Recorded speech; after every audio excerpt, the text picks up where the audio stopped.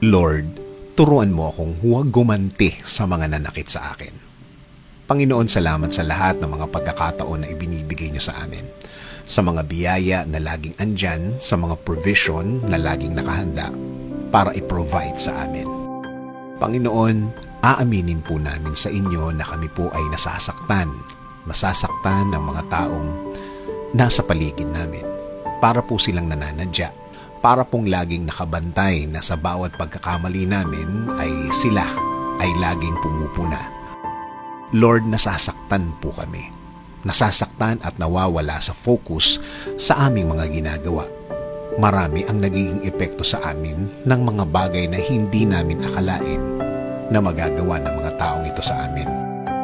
Panginoon, alam po namin na sinabi niyo po sa word niyo na dapat sa inyo ang pagganti. Sa inyo po namin ibibigay kasama ang mga pain o sakit na dulot po ng nangyaring yon. Panginoon, bigyan niyo po kami ng mas maraming pasensya, mas maraming pagpapatawad. Alam po namin na ang pinaka-release po namin sa sakit na ito ay ang pagpapatawad.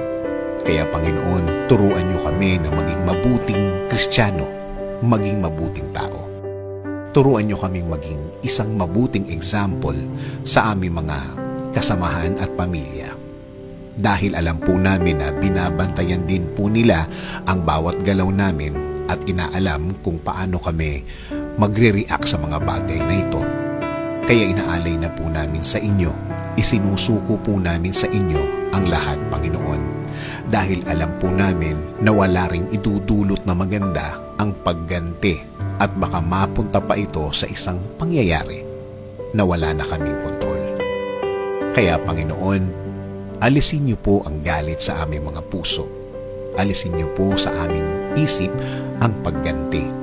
Alisin niyo po sa aming utak ang makabawi. Sa inyo kami titingin, sa inyo kami magfo-focus.